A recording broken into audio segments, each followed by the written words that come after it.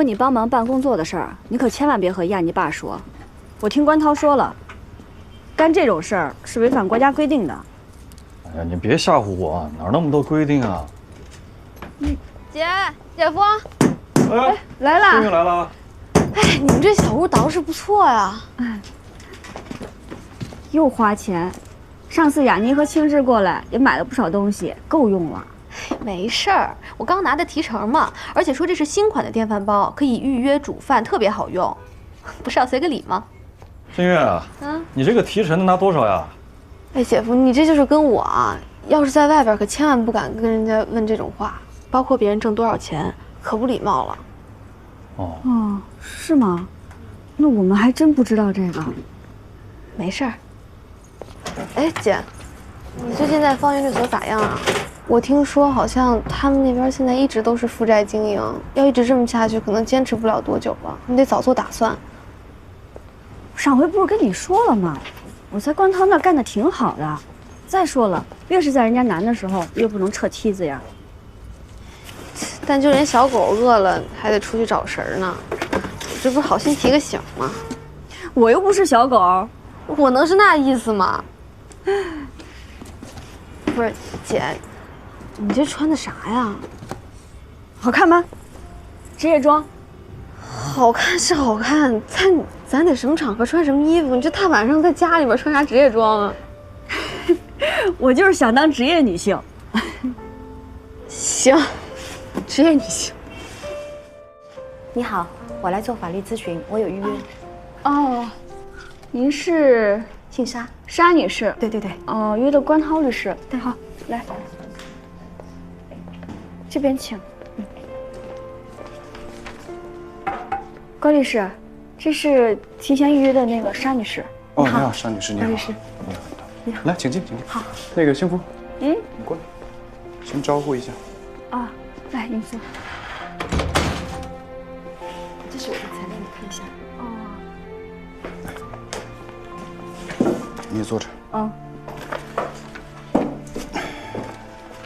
沙女士啊，你放心啊，这位呢算得上是我的实习生。关于您的隐私问题，您不必担心。好。哎，他怎么又进去旁听了？可不吗？关键只旁听还好，上回我接待一位当事人，他还发表意见。发表意见？他发表什么意见？别提了，比当事人都激动。不过也别说啊，那当事人来的时候啊，寻死觅活的。哎，他进去聊了半个小时，临走的时候，俩人跟亲姐妹似的。有点东西啊。您还有什么疑问吗？暂时没有了。关于短信和视频的这些线索，我尽可能的多去搜索一些。行。好，再见。哎，再见。谢谢你。不客气。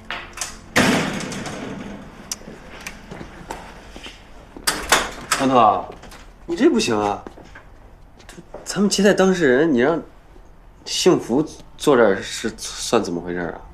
更重要的吧，他发表意见比我们还积极。你说，咱们这是律所，又不是说是菜市场。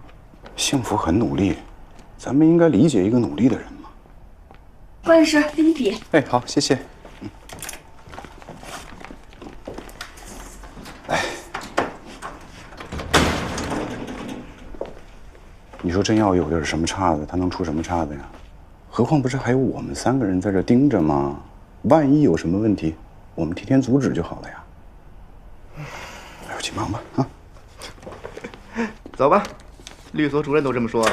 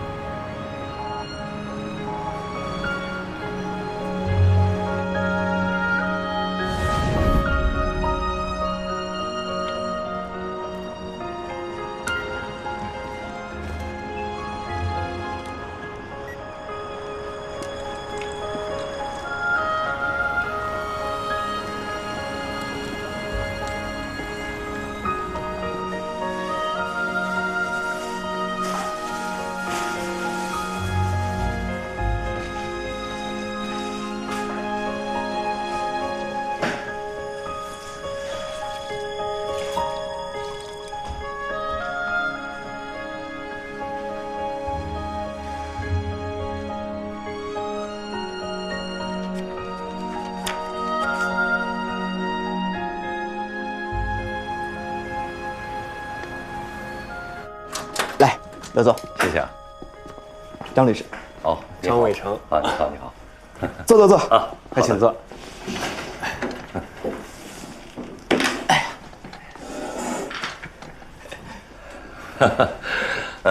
咱们这个律所是不是刚开业不久啊？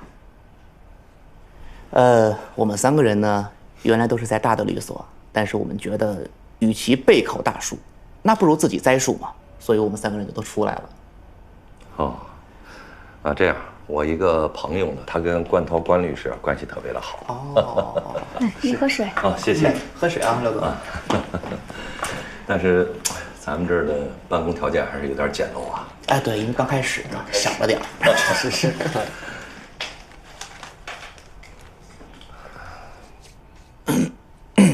那个幸福啊，我们跟刘总谈点事儿，你先回避一下好吗？你先出去忙吧。哦，去吧。哦。别介意啊，刘总。没事。你们先聊。哎啊。是啊，刘总。啊。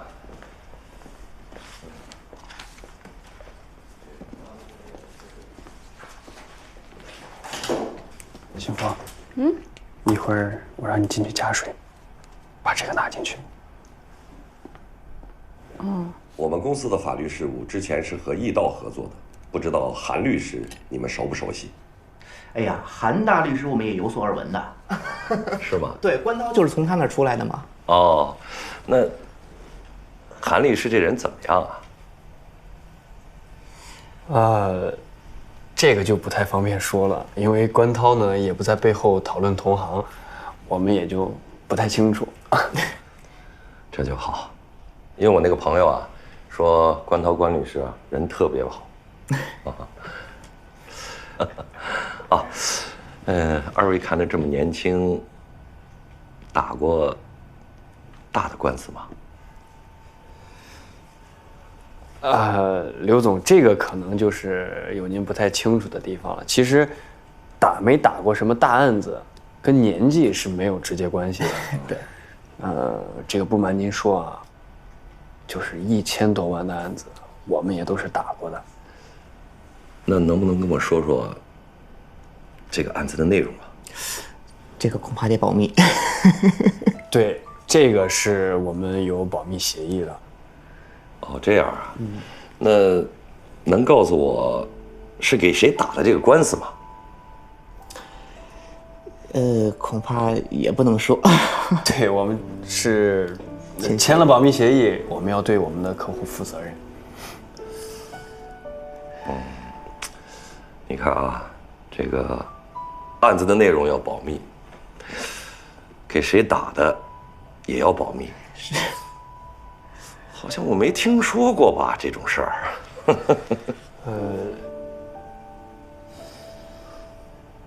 是这样，一个律所呢有一个律所的规矩，我们呢就是对我们的委托人更加的负责任。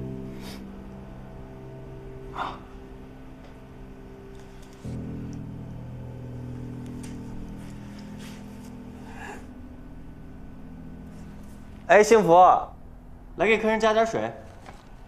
哦。琐事小了点啊，刘总。对，刚开始嘛。哎，那个张律师，哎，这是什么呀？这是法院判决书啊。判决书？哦，上次你那个案子，判决书下来了，打赢了。那个案子。太累了，这个案子特别的累。王律师啊，上次接了一个1审败诉的案子，费了9牛2虎之力，2审翻案了。这信封不是那个？幸福，你先去忙啊。好。算是挺厉害的啊。还行。这1审败诉了，2审还能翻案？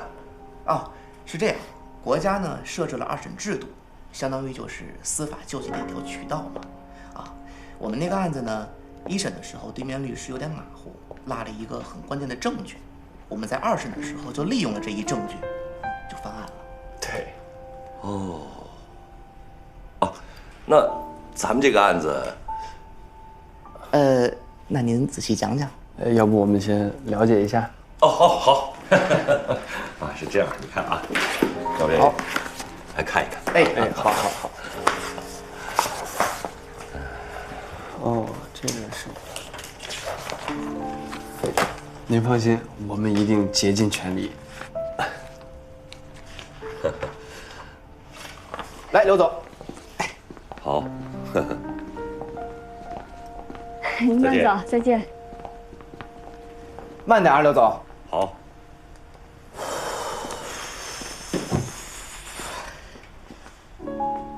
啥情况？这是我们律所有史以来案值最大的项目。哎，幸福，你可立了大功了。要是没有你，刘总不可能这么顺利拿下来。啥？跟我还有关系呢？没听明白？是这样啊，刘总是关涛的一个朋友介绍过来的。关涛呢觉得希望不大，但是我俩认为只要把刘总拿下，那将是我们律所翻身的最好的机会。所以我们俩单独把刘总约过来了。来了之后你也看到了，他对咱们所其实并不太满意，嫌咱们所小，啊，然后经验少，对吧？不要紧，伟成成了我的一个托，哎，说我办事经验丰富，效率高，再加上你的完美配合，哦对，尤其是你幸福，你看，外表淳朴，表现自然，得体大方，一举打消了刘老板的疑心，成功为方圆律所立下了汗马功劳。干嘛呀？这是？小事吧，就是刘总基本拿下。没那么容易吧？我记得他这个人不好对付的。是不好对付呀，但我们有秘密武器。什么秘密武器啊？你们抓着他把柄了？哎，我们哪能干那事儿啊？我们的秘密武器就是幸福。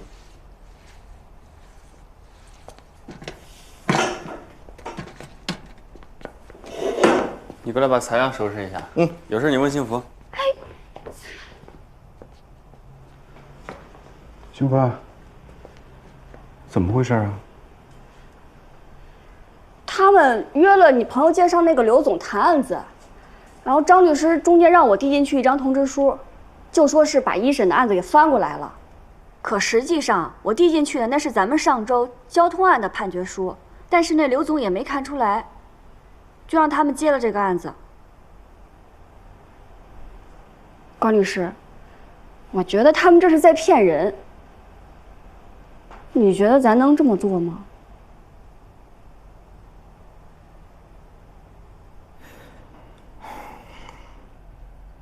关涛，我觉得吧，咱们有点小题大做了，没有什么嘛。对呀，咱们接没接过大案子，翻没翻过案，这对他有什么影响吗？咱们接了他的案子，踏踏实实、认认真真的做好，不就行了？这话说出来，你俩自己信吗？那既然没什么影响，为什么你俩要跟别人撒谎呢？这不是咱们资历浅，怕人家没有信心吗？别人对咱们没有信心，咱们就做出一些让对方有信心的事儿来。这件事情，我要给老刘打电话说清楚。你们俩同不同意？不，关头，我觉得你是不是脑子有病啊？咱们先接了这个案子，解了燃眉之急，等咱们有钱了，你再高风亮节，行吗？不行，这不就是骗人吗？咱们能靠骗人赚钱吗？扛不住苦日子就学坏了，有些事儿一次都不能做，一旦做了就会变成习惯。对，是，你说的都对着呢，我们都明白。但是我们也是为了我们律所呀，对吧？刘老板的案子拿下来了，钱进所里了，你的工资也可以涨啊。而且关涛，你这个电话一旦打了，这事就黄了，你觉得划得来吗？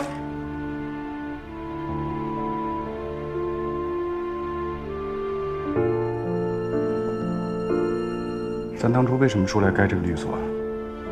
是因为之前的工作不好，还是收入不够啊？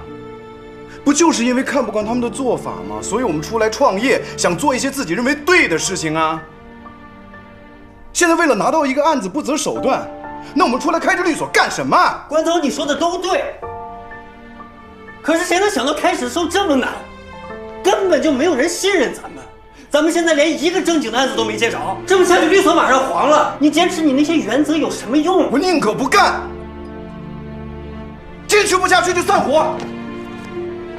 还有啊，这事就这么定了，在签约之前，必须跟老刘把这事说清楚。即便是这个案子不做了，方圆律所绝对不干偷鸡摸狗的事儿。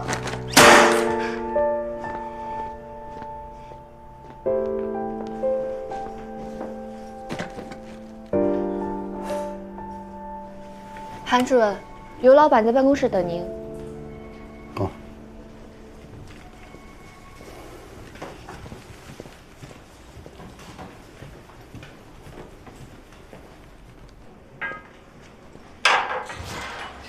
哟，刘总，你可真忙啊！小郑，你先下去吧。好。哎呀，你怎么又来我这儿了？我还以为你把这个法务都给了别的律所了呢。西安公司的龚处长给我介绍说，关涛挺不错的。哎，他以前在你这儿干过。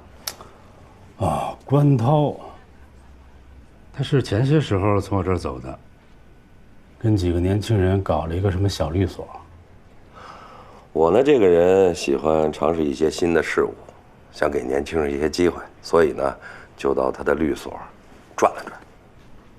哎，但是也没听说他有什么辉煌的业绩呀。这个事儿啊，我倒是知道。年轻人创业嘛，总要走出第一步。啊，不是，既然你们那么惺惺相惜的，你这跑我这儿来干嘛呀？跟你说实话啊，我去他们律所之前啊，其实抱了很大的希望，也想通过这个案子呢，跟他们建立一种长期的合作关系。哎，刘总，这个咱们做人要厚道啊。而你这合同都签完了，再跑我这儿来，干嘛成心气我？是不是？我要是跟他们签了合同了，我到你这儿来干嘛呀？那你什么意思啊？我想啊，这个案子呢，还是交给你来做吧。听你这话茬，你跟方圆还有点故事啊。原本我以为啊，这年轻人啊，应该是直率、真诚，可你猜怎么着啊？他们几个呀，竟敢合起伙来骗我。骗你？这我得好好听你讲讲。你个老狐狸，他们骗你，他们都说什么了？让我也学习学习啊！就是无中生有呗，跟我说接了大案子。我问是什么性质的案子，又说不出来哦，还说在一审败诉以后啊，又把他给翻过来了。你说啊，这年轻人呢，资历浅，没经验都可以理解，但是总想着投机取巧、无中生有，这毛病多了以后就不好办了。再说了，我去他们那儿，也没有说要看重他们的业绩呀。所以啊，我想了想，这个案子啊，交给你得了。你办事的能力，我还不知道。要不说你是老狐狸呢。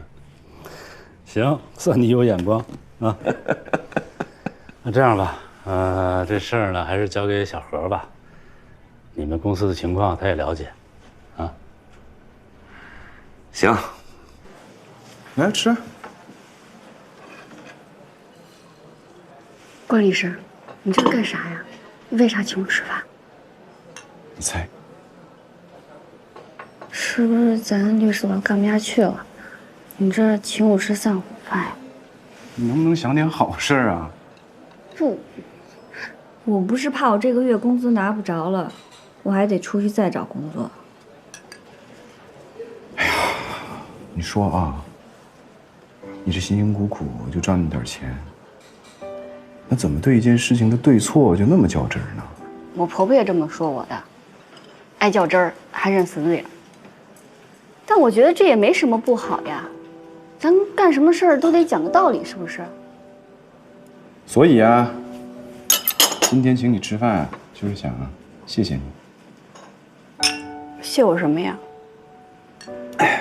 我总在想啊，如果不是因为你盯着我，问我，等我回答，或者是说这个案子是我私下知道的，我会不会选择默许？毕竟这个案子能给律所带来一大笔钱呢，这也是律所需要的。你就是为这事儿谢我呀？那你会默许吗？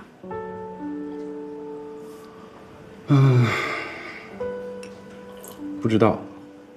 那你觉得我会吗？不会。我觉得你们自个儿创业已经很不容易了，但是你做事儿依然是诚实，说一不二，又勤奋又努力，特别让人信赖，还有安全感。我觉得你不会做这样的事儿。幸福啊，你比我强，是个了不起的人。你别拿我开玩笑了，我要是了不起，那别人不得上天当神仙去了？赶紧吃吧。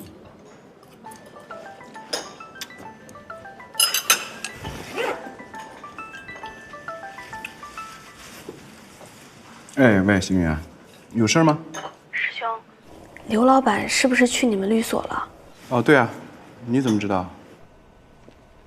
他今天过来医道这边了，而且现在已经签下来了。我想了一下，我觉得我还是应该说一声，今天刘老板过来的时候说了一些对你们律所很不好的评价。哦，我知道了。不管怎么样，还是得提醒一下，得罪了客户总不好吧？嗯，我知道，谢谢你。我跟你姐在一块吃饭呢，你要跟她说两句吗？啊，不用了，师兄，我现在这边不太方便，等我们见面的时候再说。哦，行，再见。好，拜拜。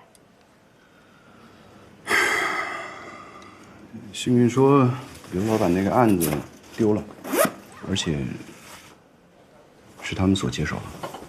啊？为什么？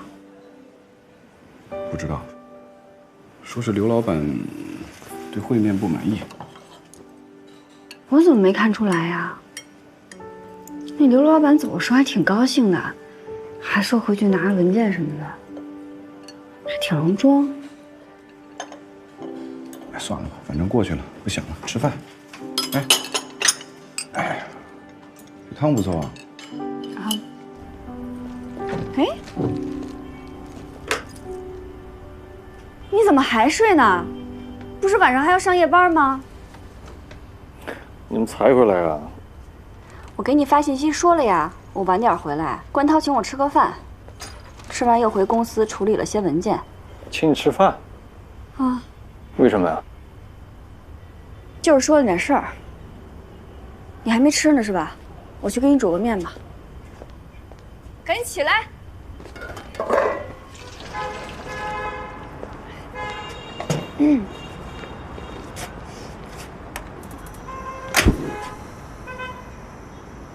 哎，关涛他为什么请你吃饭啊？就是一个案子的事儿，有一个老板想请公司给他们做代理，后来不知道发生了什么，这事儿就黄了。事儿黄了还请你吃饭，还有病啊！具体也跟你说不清楚，反正关涛就说了，我提醒了他，没有做错事儿。你一个扫地的、打扫卫生的，你能提醒他什么呀？他还请你吃饭。你这人，而且我打扫卫生我怎么了？我不光打扫卫生，我还做了好多活呢。公司那3个年轻律师也没有助理，好多活都是我帮着他们干的。你可真别小瞧你媳妇儿，我现在在律所可重要着呢，说不定哪天我就当前台了，我吓死你！嚯，你把自己说的那么能，你把你自己看那么重要，人家未必那么想吧？别人怎么想我管不着，我想好好干就是了。我还琢磨着，什么时候回村问问乡亲们，谁家想打官司的，都给他们介绍到所里去。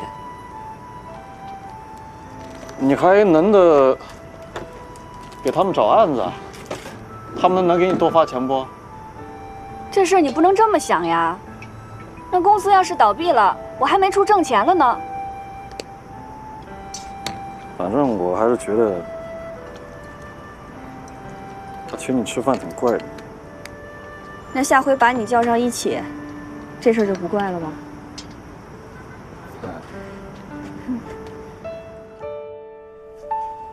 咱们这个月房租18000，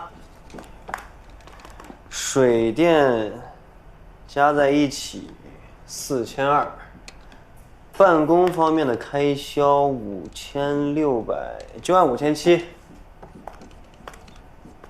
幸福的1500块工资，多少钱？29400。咱们这个月只接了几个小案子，能挣到2万就已经谢天谢地了。得，又是入不敷出的一个月。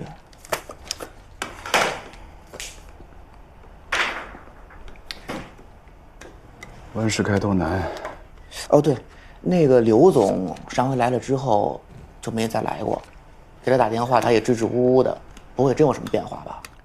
刘总的案子已经交给一刀去做了，我们还要再想办法找新的案源。这原来怎么没觉得找案源这么难啊？进。关律师。哟，你好。大姐，这是我们关律师。我家那个土地的案子也是关律师帮着打的。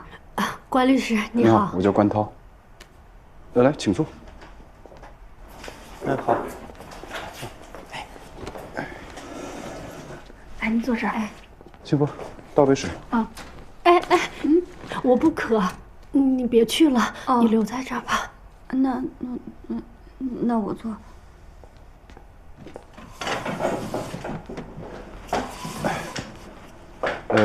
您是遇到什么困难了吗？你真是万家庄的啊！那你现在可真的一点都看不出来。我这就是换身衣裳。哎，也来没多久，就在这儿上班。大姐，您有什么事儿，您可以具体跟我们说说。这是咱们关律师。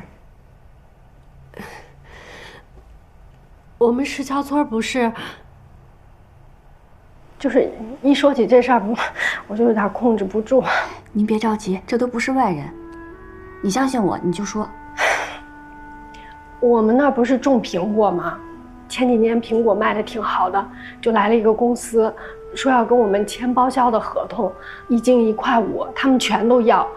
心想着，虽然比我们自己拿到市场上卖的便宜吧，但是这不是挺省心的，还保险吗？所以我们那儿家家户户都把农田改成果园种苹果了。现在树长大了，苹果也丰收了，每家每户都堆得满满的。前段时间他们又跟我们说，现在苹果不好卖了，又把价给我们降到了1斤1块2。那我们就想着这么多苹果我们自己也卖不了啊，就答应了。可是没想到他们就不来了，完了我们急得我们去找他们才告诉我们说现在苹果滞销了，他们不干了。我们没办法，我们又回头去找那些以前收苹果的老客户，人家哪儿打我们的谱啊？人家苹果早都收完了。你这不是坑人吗？这1年的收成，这我们都眼睁睁的看着全都烂在家里了。他们这是说话不算数。大姐，你们当初签合同了没有？签了呀，怎么没签？可是人家现在不认了。你说我们日子怎么过得就这么不容易？是，您说的我都特别懂。到这儿咱们有关律师，就有人替咱们做主了。我都急死了，1年的收成就那么看着烂在家里了。我孩子都没断奶，我这一着急，我奶也没了。那孩子他没奶喝，他就天天在家哭，我看着太心疼了。别哭了，大姐。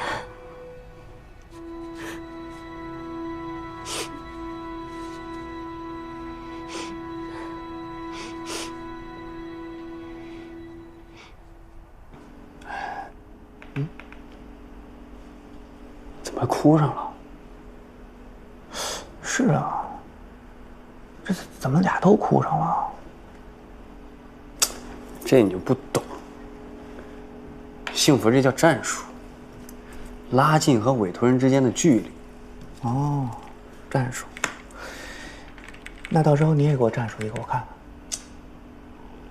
给你在这输着哭会儿，我心里都好受了。其实当时我们全家人都不同意跟那个公司签合同，是我说的。我总觉得跟这么大的公司签订供销合同，肯定能挺靠谱的，所以才签的。现在出这些事儿，家里面人都挺埋怨我的，我哭都没地方哭。你说这事儿还有办法吗？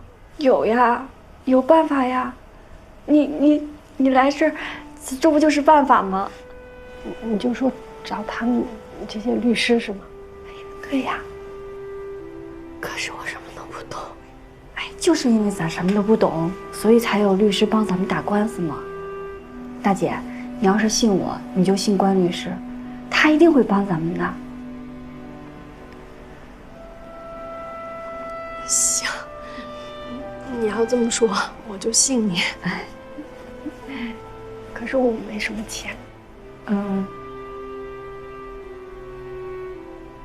哦，钱的事情你不用担心，就是等到这个案子结束之后呢，你再说也可以。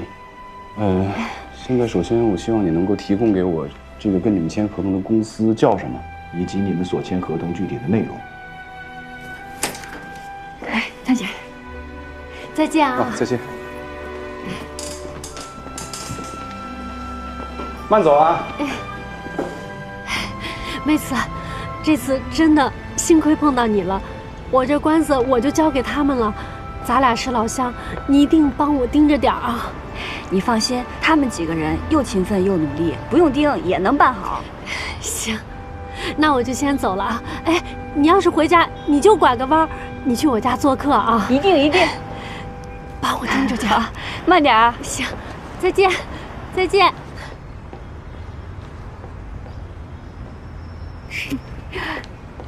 关律师，这案值多吗？不算多。哦，行吧，虽然案值少，但是也算是给咱们自己积德了。哎，话都被你说了哈。那钱不都是从少开始积攒的吗？我一个月1500也没嫌少呀。哟，财迷又上身了。你要想涨工资，你就跟我说啊。幸福啊，你放心吧，这一次呢，你给我们所里带了一个大案子。啊？哎，什么？你刚才不是说这案子没那么大吗？他一个人的案子呢，看起来是小，但是他背后啊还跟着一大串呢。只要这个案子我们赢了，我们就不愁有更多的农户来委托咱们，到时候积少成多，那就挣大钱了。对。哎，对了，你准备一下啊，过几天去石桥村出差。啊？出什么差啊？就跟上次我跟你妹妹一块儿去你们老家一样啊，去石桥村实地了解一下大家的诉求。哦，那我能做什么呀？你的作用可大了。行，那我这也算是立功了，能不能奖励我顺路回家看看孩子？同志们，同意吗？这个别撕了，同意。同意。白哥，你成天说许处长是你叔，我怎么看着许处长根本就不理你呢？谁说的？我叔跟我亲，非得让你看见啊？我弟天天催我，他的事儿到底有没有可能啊？怎么没可能？可能的很。这次省里点名让我们出做汇报，汇报材料昨天让秘书已经送给您了，您看了吧？哦，我看了。其实啊，你没必要给我看，你就按实际情况汇报就行了。是，可是这么大的事情啊，市长您把一下关，恐怕更稳妥。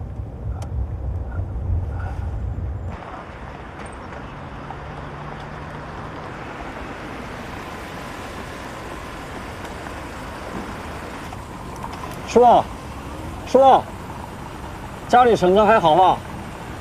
走，开门。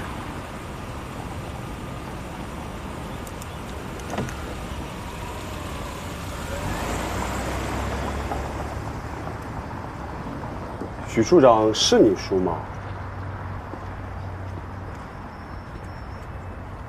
不是，这人一当官了啊，就六亲不认。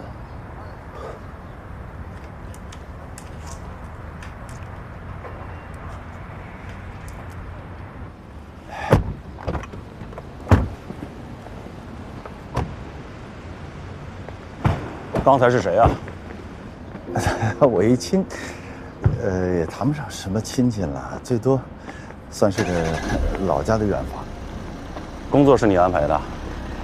哎呀，当时啊，有几个保安因为嫌工资少嘛，就走掉了，实在是缺人手嘛，我就帮他们引荐了一下。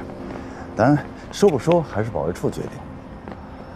还是要注意点啊，别让人以为是以权谋私。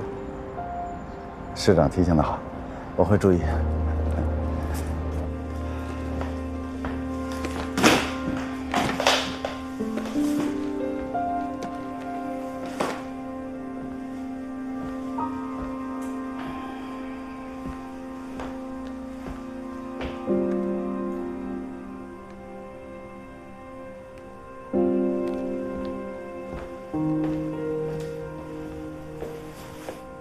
哎，秦队啊，晚上如果你没什么事情，就到家里来一趟。我有事跟你说。媳妇儿回来了。下班了。饭给你留着了，你赶紧吃吧。你收拾包干嘛呀？出差。出什么？出差就是公家拿钱让我去办事儿，正好路过咱家，我去看看小豆子。看把你能的，你能干嘛呀？办案子呀，所里谈大案子，还是我帮着接的，关涛让我跟着一块儿去。看把你高兴的，人家把你卖了，你还跟着数钱呢。我又不值个啥钱，人稀的卖我。一个月才给你1500，还让你跟着办案子，人家是把你当驴使唤的。人家坑了你，你还觉得挺美的。王庆来，你是被人坑大的吗？人家那是重用我。再说了，我有什么呀？人家没事闲的坑我干嘛？他们就是好欺负农村人呗。你别说城里人，就是那些从农村进城的，一旦有了地位，人一酷，脸就变。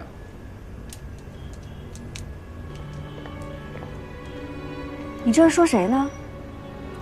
还有谁啊？姓支的老丈人呗。什么了不起的呀？成天出来进去拿我当空气似的。我好心好意上去打个招呼，理都不理我，不就是个处长吗？以前拿他当县太爷，现在才知道，在城里根本就不算什么。你说你好好的当保安，你跟人家打啥招呼呀？不能打招呼啊？是辱没他了还是嫌丢人了？嫌我丢人，把我开了不就完了吗？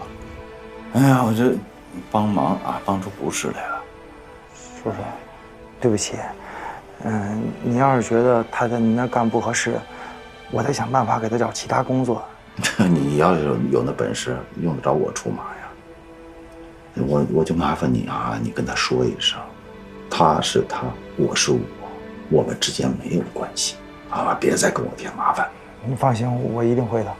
你也知道，你和雅妮的事，你阿姨一直是不同意的啊。是我在维护你们，为什么呀？就是因为我看好你，觉得你有出息啊，雅妮跟着你会有幸福。如果你辜负我，那我在你阿姨面前也会很尴尬。我明白，叔叔，明白。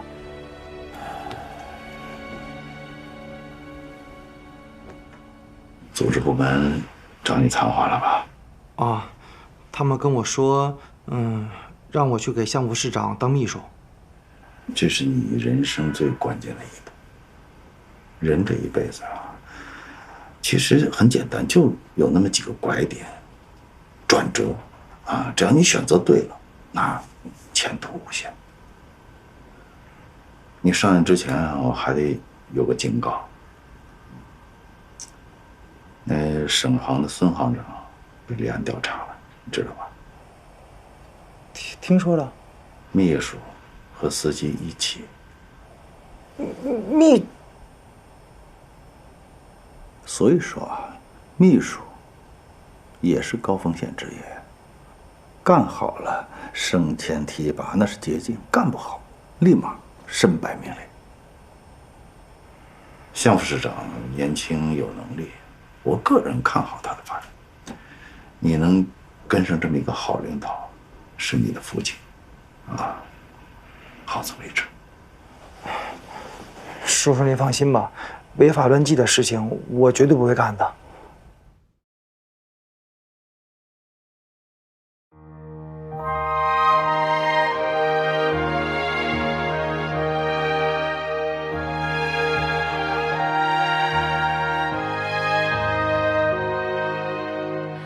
也许你人生残破，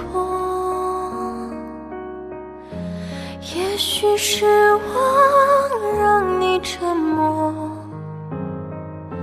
还要勇敢地走，继续倔强的活。谁能阻止你用力去生活？也许理想已斑驳，也许命运略显坎坷，还要勇敢地走，继续坚强地活。谁能阻止幸福开出花朵？就算命运注定曲折，我绝不退缩。跌碎的梦再一次的重生，不登高山，不知天之高，不离深渊，怎知地之厚？别人说用全力拼搏，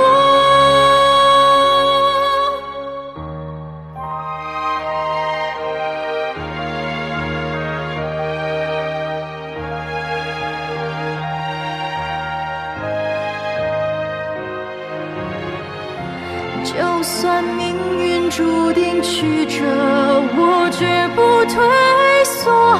跌碎的梦再一次的重生，不登高山，不知天之高，不离深渊。